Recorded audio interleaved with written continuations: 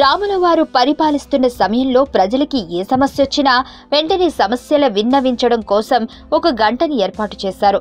ఇది ఏర్పాటు చేసి వేల సంవత్సరాలు అయినా ఒక్కరు కూడా గంట కొట్టలేదు. అంటే ఎవరికీ సమస్యలు రాలేదు.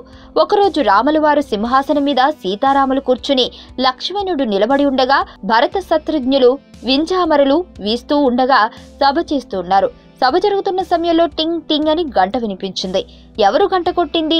అంతటి సమస్య రాముల వారు పరిపాలిస్తుండగా రావడమా? అసంభవం అని రాముల వారి వైపు చూశారు అందరూ. ఎవరో తక్షణం ప్రవేశపెట్టండి అని లక్ష్మణుడిని ఆజ్ఞాపించగా, లక్ష్మణుడు వెళ్లి గంట కొట్టేది ఎవరో చూసి పరుగు పరుగున వచ్చి, ప్రభు, గంట కొట్టింది మనిషి అయితే తీసుకురావచ్చు, కానీ ఊరకొక్క ఒకటి ఏదో అనుకుని ఈ గంటని లాగుతుందని చెప్పగా, ఎవరైనా సరే ప్రవేశపెట్టవలసిందే కనుక వెంటబెట్టుకు తీసుకురా అని మరలా పంపించాడు. లక్ష్మణుడు వెళ్లి కుక్కని తీసుకొచ్చాడు. కుక్క మూతి పగిలి రక్తం కారుతుంది. అది చూసి, దీనికి ఎలా ఈ దెబ్బ తగిలింది, ఎవరు దీనిని హింసించింది, ఎలా తెలుసుకోవాలి, ఏమి చేయాలని సందేహంలో పడ్డారు. అది గమనించిన కుక్క మానవ భాషలో, ప్రభు, నేను కుక్కని అని మాట్లాడలేనని, సమస్యకి పరిష్కారం ఎలా అని అనుకోకండి, నాకు మాటలొచ్చు, మీలాగే నేను మాట్లాడగలను అనగా, ఓహో, ఇది మాటలు నేర్చిన కుక్క, భలే, సరే ఇప్పుడు చెప్పు ఏమిటి సమస్య అనగా, రామచంద్ర ప్రభు, ఊరి చివర పాడుబడిన గుడి ఒకటి ఉంది. దానిని పడేయకుండా మాలాంటి మూగజీవాల ఆశ్రయం కోసం అలాగే ఉంచుతారు. అందులో నేను ఉంటున్నాను. నిత్యమాటుగా ప్రయాణించే భక్తులు వాళ్ళకి తోచిన ఆహారం అక్కడ వేస్తే అది తింటూ జీవనం సాగిస్తున్నాను. ఈ రోజు ఒక సాధువు వచ్చి తన చేతిలో ఉన్న దుడ్డుకర్రతో అన్యాయంగా నా మూతిని పగలగొట్టాడు. కనీసం అరవని కూడా అరవలేదు. కనుక నాకు న్యాయం చేయండి అని అడుగగా, నీ వాదన విన్నాం.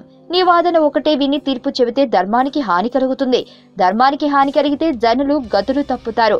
దీనివలన సృష్టి అల్లకల్లోలమవుతుంది అని వెంటనే భటుల్ని పిలిచి, ఈ శునకాన్ని కొట్టిన సాధువుని తీసుకురండి అని పురమాయించాడు.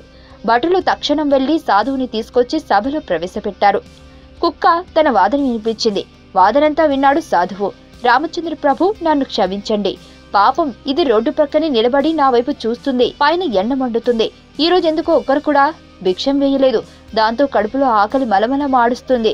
పైన ఎండ, లోపల ఆకలి. అదే సమయంలో ఎదురుగా ఈ కుక్క చూసి ఒళ్ళు మండి నా చేతిలో ఉన్న కర్రతో దీని మూతి పగలగొట్టాను. ఆ సమయంలో ఎందుకో అలా అనిపించింది అని చెప్పగా, రాముల వారు అంతా విని పరిష్కారం ఏమిటని మంత్రుల్ని అడుగగా, సాధువు వలన ఆపద పొందిన కుక్కకే కనుక ఆ కుక్కని తీర్పు చెప్పమని అన్నారు. రాముల వారు కూడా అలానే చేయమని చెప్పారు. కుక్క బాగా ఆలోచించి, రామచంద్ర ప్రభు, ఇక్కడికి దగ్గరలో 10,000 కోట్ల సంపద ఉన్న ఆశ్రమం ఒకటి ఉంది. దానికి అధ్యక్షుడిని చేయండి అని తీర్పు చెప్పింది. సభలో వారందరూ రాముడితో సహా ఆశ్చర్యపోయి, ఇదెక్కడ తీర్పు, ఎవరైనా హాని చేస్తే క్షమించాలి లేదా శిక్షించాలి. ఈ కుక్క మాత్రం 10,000 కోట్ల సంపద కలిగి ఉన్న ఆశ్రమానికి అధ్యక్ష పదవి ఇచ్చింది.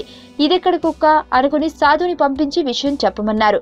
అప్పుడు కుక్క ఇలా చెప్పింది, ప్రభు, పూర్వజన్మలో నేను 10,000 కోట్ల సంపద ఉన్న ఆశ్రమానికి అధ్యక్షుడిని. ఆ పదవిలో ఉన్నంత కాలం తెగ తినేశాను. ఇది అది అని లేదు.